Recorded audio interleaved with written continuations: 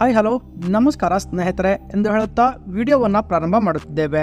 ಸ್ನೇಹಿತರೆ, ಮಳೆ ಮಳೆ ಮಳೆ ಕಳೆದ ಕೆಲವು ದಿನಗಳಿಂದ ಬಿಡುವು ಕೊಟ್ಟಿದ್ದ ಮಳೆರಾಯ ಮತ್ತೆ ರಾಜ್ಯಕ್ಕೆ ಎಂಟ್ರಿ ಕೊಟ್ಟಿದ್ದಾನೆ.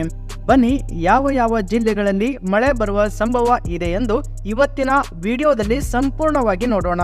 2023ರಲ್ಲಿ ಮಳೆಯ ಕೊರತೆ ಕಂಡು ಬಂದಿತ್ತು. ಆದರೆ ಇದೀಗ 2024ರ ಹೊಸ ವರ್ಷವು ಕರ್ನಾಟಕಕ್ಕೆ ಮಳೆಯ ಸಿಂಚನ ಮಾಡಲಿದೆ.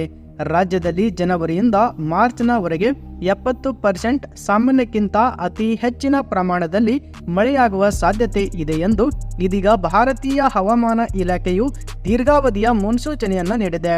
ಜನವರಿ 1 ಮತ್ತು 8ರ ನಡುವೆ ರಾಜ್ಯದಲ್ಲಿ ಒಟ್ಟು 6.3 ಮಿಲಿಮೀಟರ್ ಮಳೆ ದಾಖಲಾಗಿತ್ತು ಎಂದು ಇದೀಗ IMD ಮುನ್ಸೂಚನೆ ಬೆಂಗಳೂರಿನ ವಿಜ್ಞಾನಿಗಳು ತಿಳಿಸಿದ್ದಾರೆ. ರಾಜ್ಯದಲ್ಲಿ ಇತ್ತೀಚಿನ ಮಳೆಗೆ 2 ಹವಾಮಾನ ವ್ಯವಸ್ಥೆಗಳು ಕಾರಣ ಆಗಿವೆ.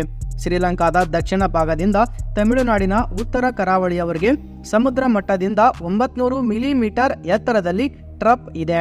ಇದರಿಂದಾಗಿ ದಕ್ಷಿಣ ಒಳನಾಡಿನ ಹಲವು ಜಿಲ್ಲೆಗಳಲ್ಲಿ ಮೋಡ ಕವಿದ ವಾತಾವರಣವಿದ್ದು ಲಘು ಮಳೆಯಾಗಿದೆ ಎಂದು IMD ಬೆಂಗಳೂರಿನ ವಿಜ್ಞಾನಿ ಎ ಪ್ರಸಾದ್ ತಿಳಿಸಿದ್ದಾರೆ. ಮತ್ತೊಂದು ಆಗ್ನೇಯ ದಿಕ್ಕಿನಲ್ಲಿ ಸಮುದ್ರ ಮಟ್ಟದಿಂದ 1.5 ಕಿಲೋಮೀಟರ್ ಎತ್ತರದಲ್ಲಿ ಸೈಕ್ಲೋನಿಕ್ ಪರಿಚಲನ ಇದೆ.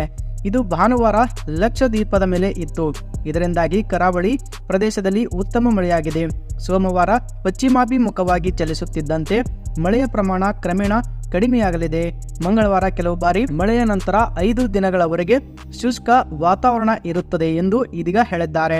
ಸ್ನೇಹಿತರೆ, ಈ ಬಗ್ಗೆ ನೀವೇನಂತೀರಾ? ನಿಮ್ಮ ಜಿಲ್ಲೆಯಲ್ಲಿಯೂ ಮಳೆ ಬರುತ್ತಿದೆಯೋ ಇಲ್ಲವೋ ಎಂಬುದನ್ನು ತಪ್ಪದೆ ಕಮೆಂಟ್ ಮಾಡುವ ಮೂಲಕ ನಮಗೆ ತಿಳಿಸಿ. ಧನ್ಯವಾದಗಳು.